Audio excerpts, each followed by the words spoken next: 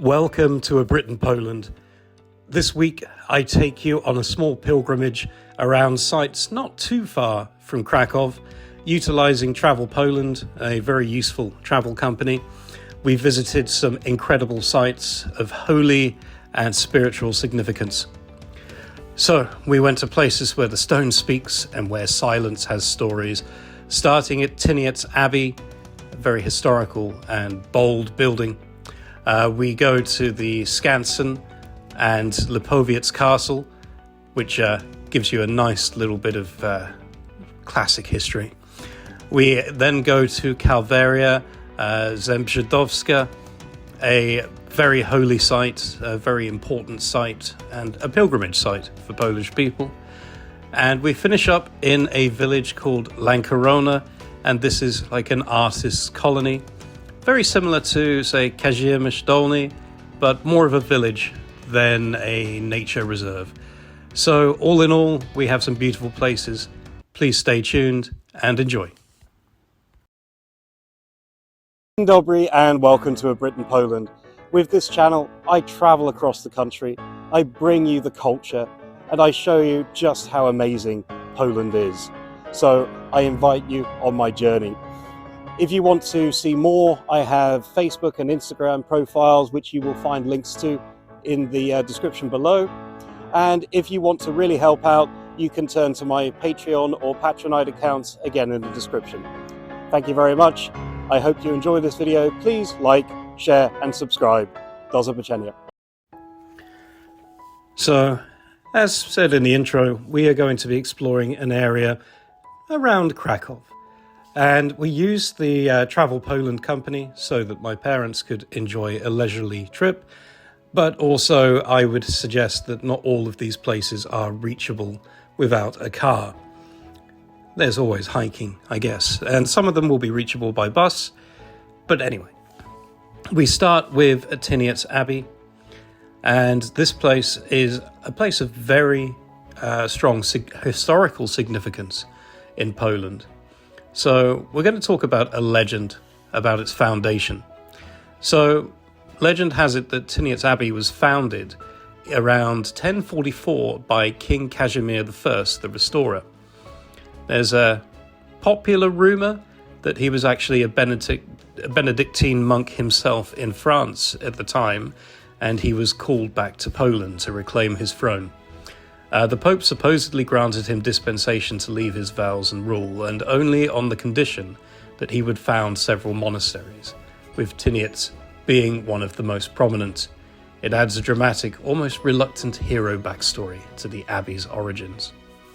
The Abbey is renowned for its scriptorium and the precious manuscripts it produced.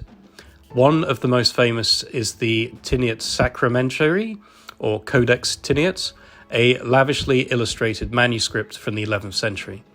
It's so beautiful that some of its intricate details, like a Romanesque palmet motif, were even reproduced on the Polish 10 zloty banknote. You could mention that parts of the everyday currency carry a piece of Tyniec's artistic legacy.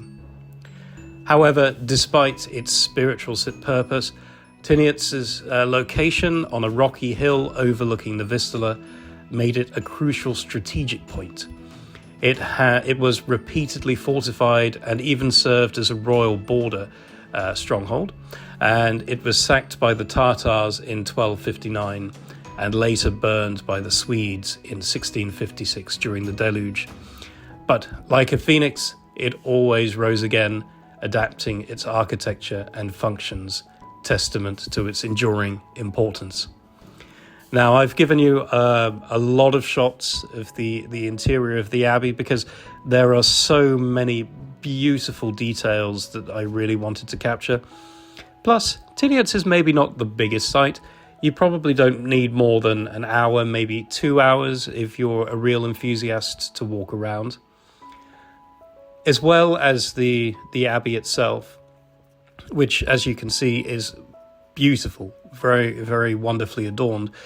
You do have a museum, which I'll show you towards the end of the video, which gives you a bit more insight, gives you some artifacts, and is relatively cheap. There are two shops. There's one like kind of bookshop, which is next to the sanctuary, and then there's more of a goods store where you can buy, well, alcohol, some of which I believe is produced by the local monks. You have all kinds of herbal things, sweets, etc., etc. And if you have a drone, which sadly I do not yet, but if you have a drone, it is worth bringing that along here, because you get some incredible views, because the abbey itself is on a rock face, and when you see pictures of that, it is very, very dramatic. So Tyniec is definitely well worth a journey.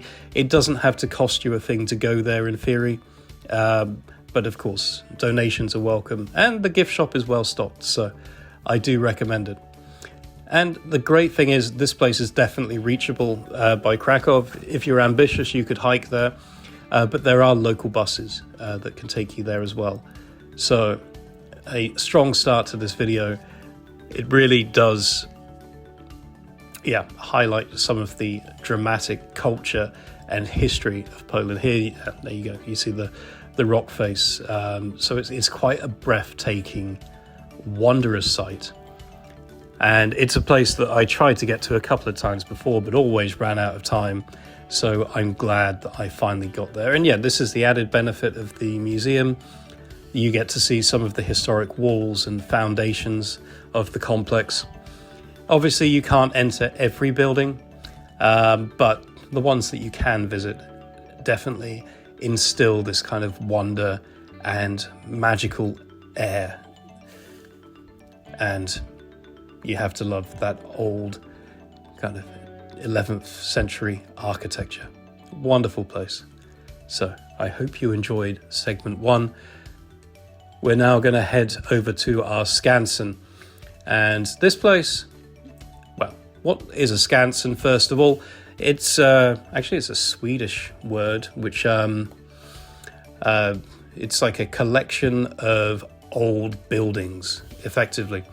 And these ones, I believe, are from the 19th century. So what you have is kind of a living, breathing village, which is made up of authentically preserved wooden buildings, you know, houseries, granaries, windmills, chapels, that kind of thing. And you have these all over Poland. So it's nice to see the different regions of Poland and really see that historical air and get a feeling for what life used to be like in this country. And as well as, of course, the houses, you get a feel for the way of life.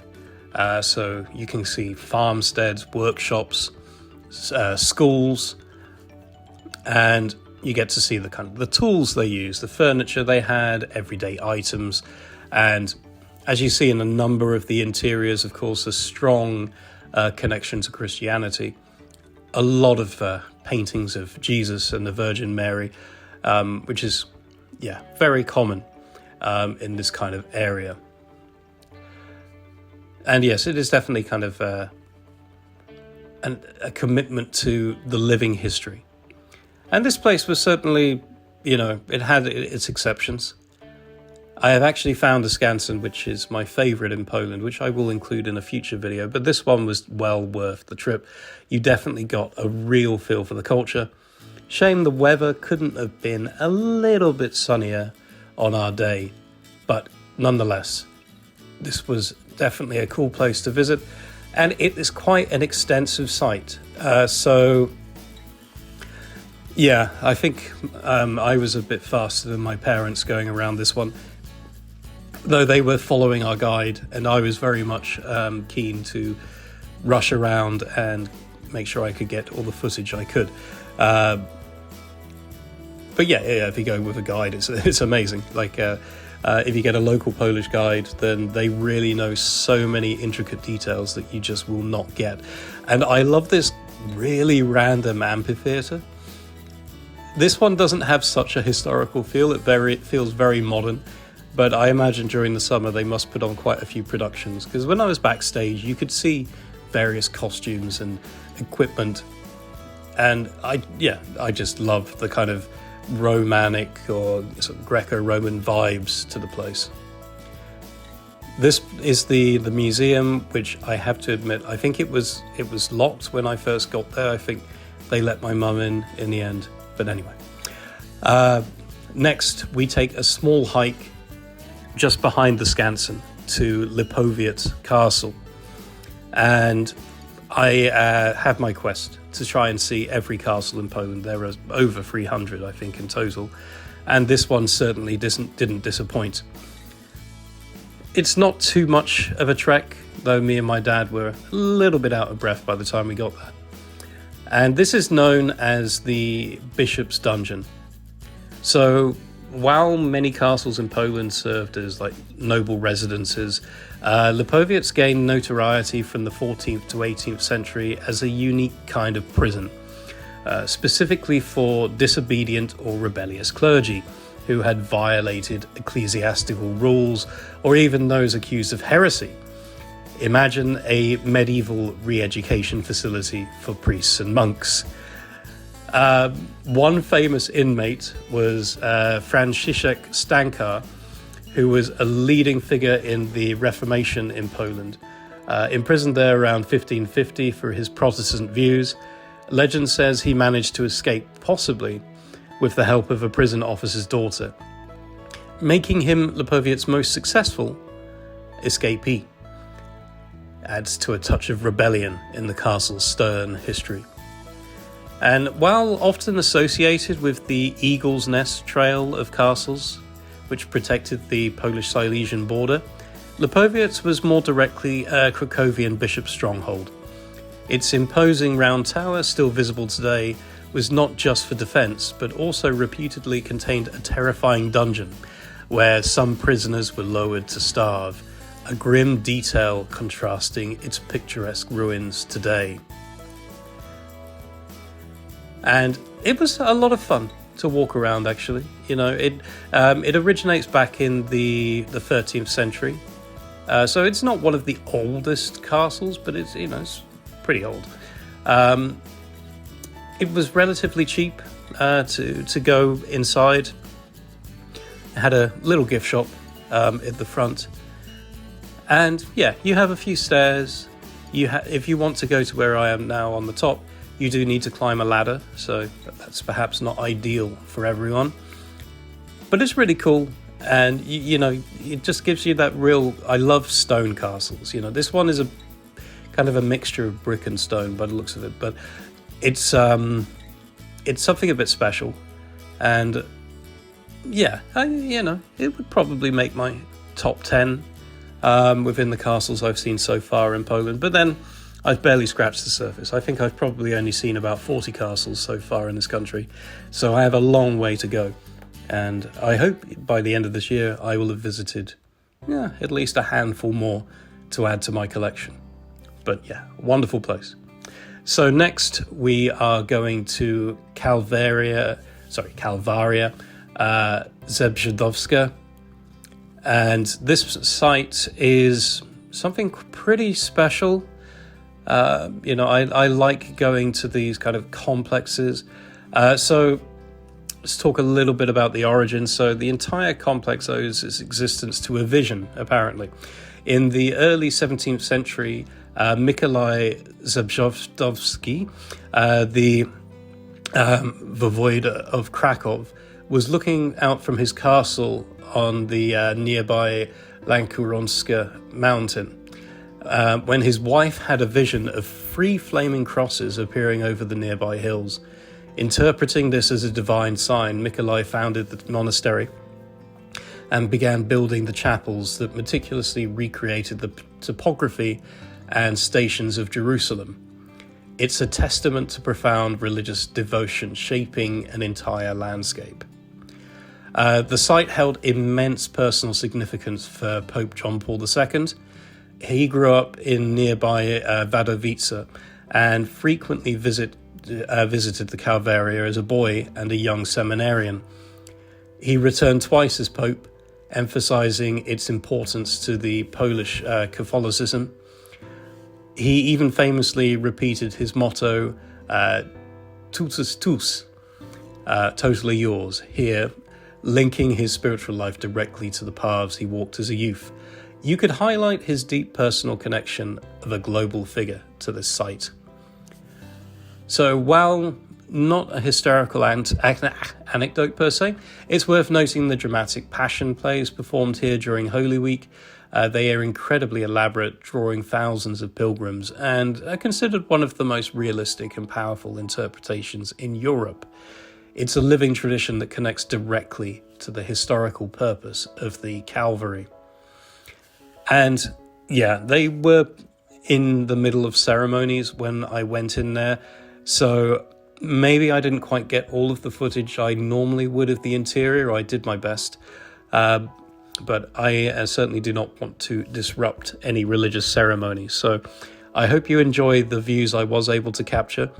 It definitely has a breathtaking interior, and you can just see how beautifully decorated it is inside. And yeah, considering it's from the 17th century, it's done pretty well to stand up the test of time, especially considering everything that Poland's been through. There is the Calvary on the side as well, which sadly I didn't have time. Normally I would march up to the top of one of those and go through all the different stations, but there wasn't quite time to do that. So yeah, please forgive me for not doing the full pilgrimage experience while I was there. But it was a really cool site. We didn't spend too long there, maybe an hour or so. And unfortunately, I missed the gift shop by a few minutes, so I wasn't able to get my fridge magnet. But I did get a coin, so at least I got some souvenir. And there's the Calvary you can see up in the hills. But yeah, a truly holy site. It had a lovely kind of vibrant energy to it, and it was really cool. And now we're going to go to our final site, and this is the site of Lanckorona, the town of angels and rebirth from the ashes. So Lanckorona is effectively known as Miasteczko Aniołów, the town of angels, where it's largely due to modern artistic installations and a general peaceful spiritual atmosphere. You could also tie it to the town's surprising resilience, because basically this beautiful 19th century wooden houses that give the city its unique charm actually come after a devastating fire in 1869 that destroyed much of the town square. However, instead of building new modern structures, the residents remarkably reconstructed the village, maintaining its historical wooden architecture and layout. It's a testament to their love and their unique heritage, and gives the modern village its old world feel. The Professor Antoni Krajewski of the Regional Museum has a model of the market square from before the fire, which could be an interesting visual reference. In the interwar period and even today, Lanckorona became a popular retreat for artists, writers, and intellectuals, including famous figures like Józef Piłsudski, and its tranquil atmosphere, picturesque scenery, and unique architecture made it a muse for creative minds, solidifying its artistic character. And as I said in the intro, you could say it has a kind of a comparison to Kazimierz Dolny, because there are beautiful artist workshops dotted throughout. It's a very calm and picturesque place. And one of the places we went randomly was this bakery, and we were there around Easter, hence why you see eggs dotted around everywhere. And in this bakery, they had these lovely loaves that were baked into the shapes of lambs, and I think there was some other iconography, but it was pretty novel. It was interesting to eat that bread. I don't know if you were supposed to eat it, but I ate it. It's bread. What else do you do? There you go. So we also have some bunnies and some hens. So that was a lovely little touch. We also went to this really cool cafe when we were there, because the parents, they get tired. They wanted to stop for coffee. And inside there was some really, had so much character. Some lovely kind of artwork and decorations. It really had this very lived in feel and this kind of vibrant character. I mean, the village itself, it's not the biggest. You will not need that long to walk around. But again, it depends on you, because there's an awful lot to see here, even in a small place. And it really is one of those places of beauty in Poland that I can definitely recommend. And I have to say, this day that I got to experience, and thank you to my parents for, paying for this guided tour. And we have had a lovely guide from Travel Poland who really, did an amazing job at giving us history and describing the locations. So it was a wonderful day trip. And it just shows that no matter how much of Poland you see, there is always more to discover.